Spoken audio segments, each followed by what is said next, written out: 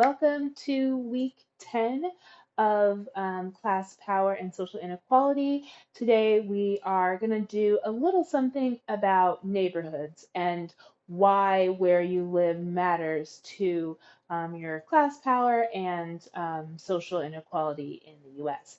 A lot of this we have sort of interspersed into other discussions, so this might be a little bit of a shorter lecture, but I do have some interesting information and statistics that I wanted to share with you. So let's jump in with our first chart. So this shows us that Black people, more than any other racial group included in this statistical data set, are more likely to live in highly impoverished communities and neighborhoods than other groups. Hispanic people come in second in this particular poll, but a significantly smaller proportion. You can see in 1990, that number was at its peak, but in the years 2009 to 2013, that was the second highest rate of Black people likely to live in these highly impoverished neighborhoods. And so while there was some change in the 2000s when we were in a good economy in the Clinton years, so to speak, post the Great Recession, those things have gone back to almost 1990s levels. Okay, in this chart, you can see that median home values are impacted by the percentage of Black people living in those particular neighborhoods. And so if you're in a neighborhood where the Black population is 50% or greater, the median home value in that neighborhood is going to be almost $100,000 less in some cases than neighborhoods that are predominantly white. This is a lasting vestige of federal redlining, which we talked about a few weeks ago, that led to the formation of suburbs, specifically the Levittown suburbs. Remember that federal redlining was the process by which the government decided mortgage rates and by extension home values based on the racial makeup of the area. And on these physical maps by the Federal Housing Association, the red outlined neighborhoods were those with the high mortgage rates and the low home valuations.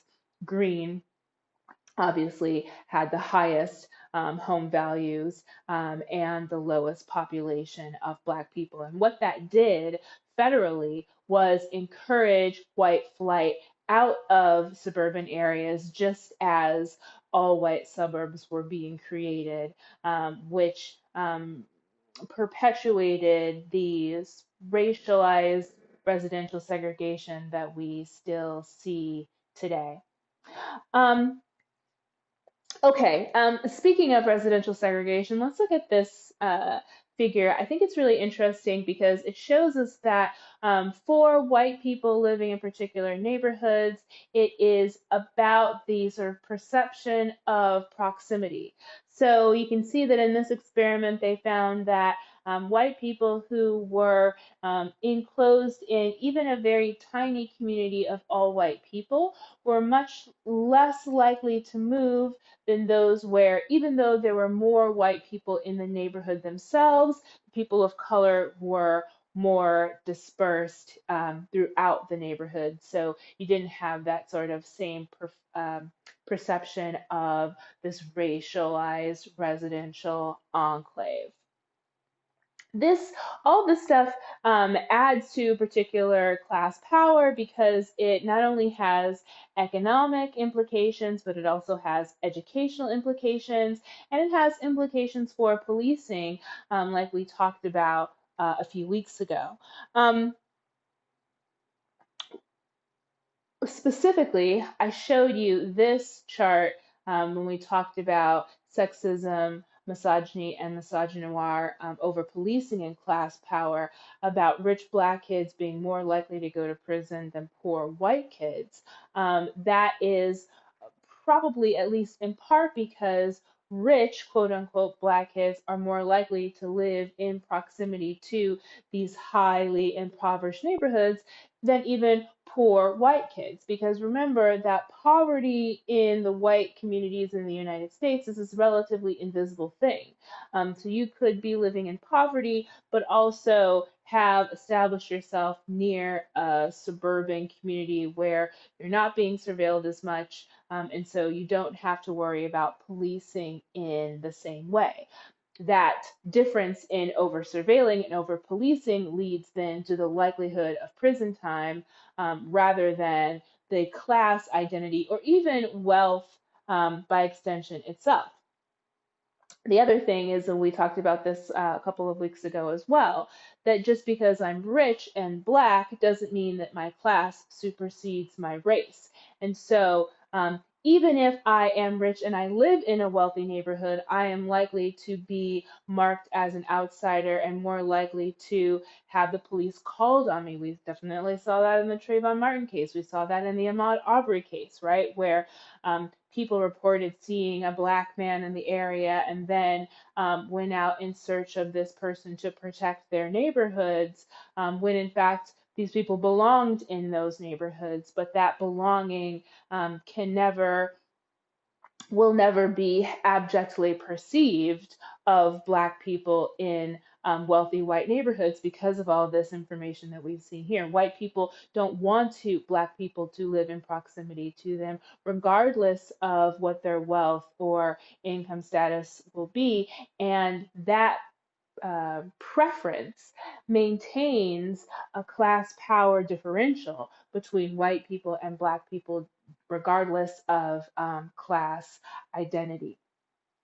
Um, and that means that we end up in these racialized residential enclaves in perpetuity in the United States. And in a lot of ways, those enclaves are classed as well, and have implications for the life chances of the people who live there.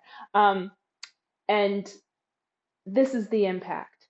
Nearly half of all Black children in the United States live in high poverty neighborhoods. And if we think about class power and class identity as being perpetuated from birth, then we are literally setting up over half of all Black children in the United States to have no class power over the course of their lives before they even really have a sense of what class power actually is.